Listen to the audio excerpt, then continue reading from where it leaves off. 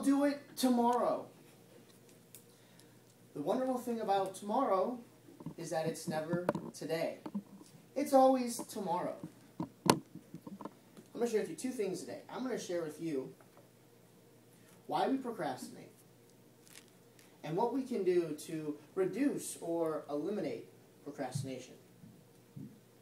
First, let's look at why we procrastinate.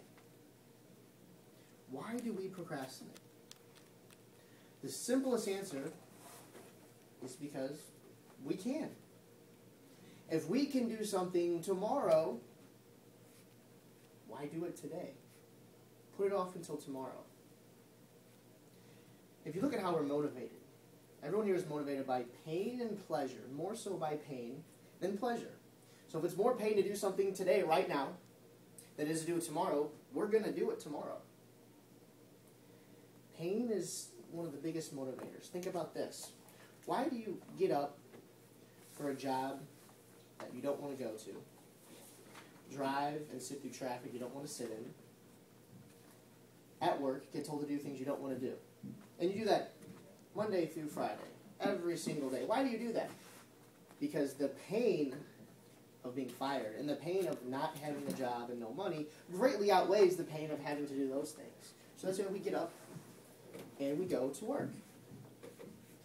Now, since pain is such a word that means painful, I would say let's go with motivation. So when I say motivation, I'm going to use it in terms of pain, but I'm going to say what's the motivation we have to do something.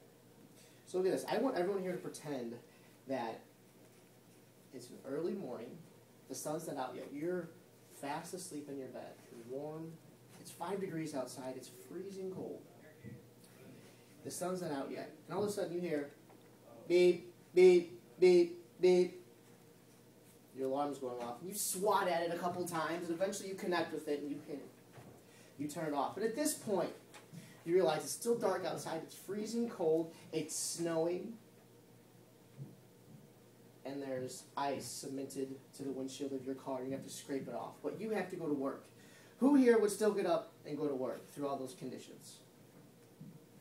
No one would go to work. Everyone here is going to be fired. Most people would still get up and they would go to work. Now, had I said all of that, but the day before, you won $100 million from the lottery, who would go to work? But what happened is, with most people, they would not go to work because the motivation was up here to go to work because you could lose your job, you'd be fired. But then when you win the lottery, the motivation drops down here. So there's no motivation. There's no reason to get up and go to work. So you don't do it. Now, the second thing I told you I was going to tell you is what you can do to reduce or even eliminate procrastination. What you can do to reduce or eliminate procrastination. Well, first, we know you need to add in motivation. Because if you don't have the motivation to do it, you're going to do it tomorrow. So what I found, the two best ways to add in motivation to do something, to keep from procrastinating. First thing is you have to set a deadline with a consequence. And the second thing you need is another person to hold you accountable. So a deadline with a consequence and another person to hold you accountable. Now sometimes that's given to us. We don't have to do it. For example, with work, you're given a time you have to show up, and the deadline is the time. The consequence is if you don't do it enough, you'll be fired, and the person who holds you accountable is your boss. Now, other times, I think in school, we've all experienced this. You're assigned a paper you have to write. It's due in a month. Well, the deadline is a month. The consequence is you might fail the class, and the person holding you accountable is the teacher. Well, what do? It's assigned today. Do we start working hard on it today because we have a month to do it? No. I do it today. I can do it tomorrow. Then tomorrow comes. Why do it today? I can do it tomorrow. I still have almost a full month. Well, eventually, as you start getting closer and closer to that deadline, the motivation, which was way down here where there was none, starts to get higher and higher. And then what happens? A couple days before you start working on it, then the day before you have your paper due, you realize, oh crap, I have to get my paper done, or I'm going to fail the class. So you start working nonstop. You push everything else aside because now the pain is so great. The motivation is so great. If you don't get this paper done, you could fail the class. So you stay up all night long. Your printer jams. You have to go to Kinko's to get it printed up, but whatever it takes, you get it done. You get the paper done because the motivation was there and you could not put it off until tomorrow. Now, other times, when we want to do something, we need to set our own motivation. We need our own deadline with the consequence and someone to hold us accountable. Let's take, for example, working out.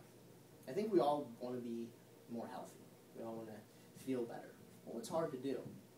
So if you say, you know what, I want to work out Monday, Wednesday, Friday, and you don't really set a consequence and you don't have someone to hold you accountable, what happens? Monday comes and maybe you didn't sleep that well on Sunday night. You come home, you had a stressful day, you're tired. And when you sit down on your couch to watch TV, for some reason that couch is more comfortable than it's ever been before.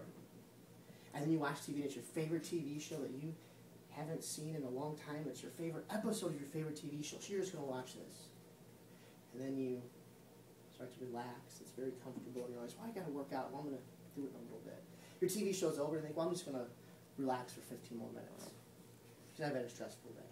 I'll work out later. Well, then 15 minutes goes by, and then you say, well, I'm just going to take a quick nap. I'm really tired. I'll wake up, and then I'll hit the gym hard. Well, that hour goes by, and you say, well, I'm still tired, and before you know it, 2 hours go by, and you say, well, I'm just going to work out on Tuesday. I mean, Monday, Wednesday, Friday? Tuesday, Wednesday, Friday, that's just as good. Well, that's going to keep happening because you don't have a deadline with the consequence and someone to hold you accountable. So what you could do to set the deadline with the consequence, tell one of your friends, I am going to work out Monday, Wednesday, Friday. If I do not, I will give you a $100 bill. So they will call you. What do you think is going to happen when you get home and you're tired? You're going to go to the gym still because you don't want to lose $100.